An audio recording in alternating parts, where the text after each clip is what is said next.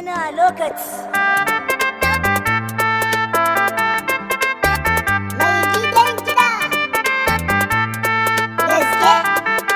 Farkon fitowar rana ke na fara hange, walwalin idaniyarki shi nake ta waige. Zuciya tana faɗa min na zo gare ki zaki ban ƙauna.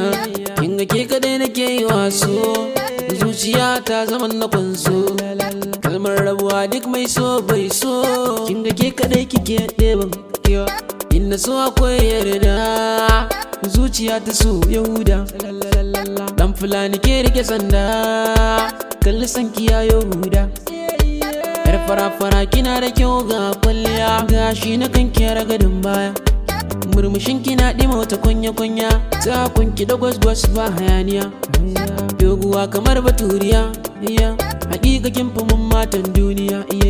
Kinga ke kadai nake yi wa soyayya, ya kyakkyawa.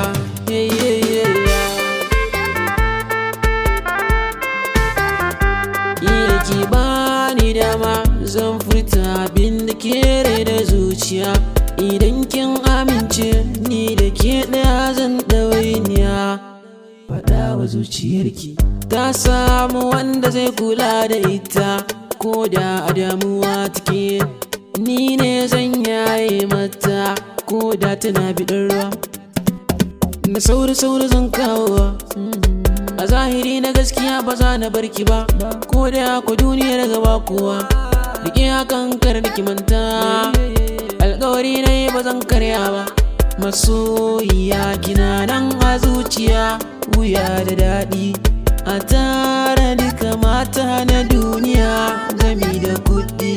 Ko da kuɗin ku sun kai haka shi ban sauya ra'ayi na sam.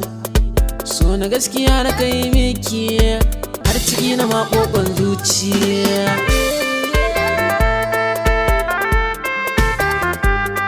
Masoyiya ta kina birge ni, idan da ke tuwa za ya taɓa ni. Cikin farin ciki kike jefa ni, zo a nan ga zauna, bani labarin ƙauna. Yar guda liya kike.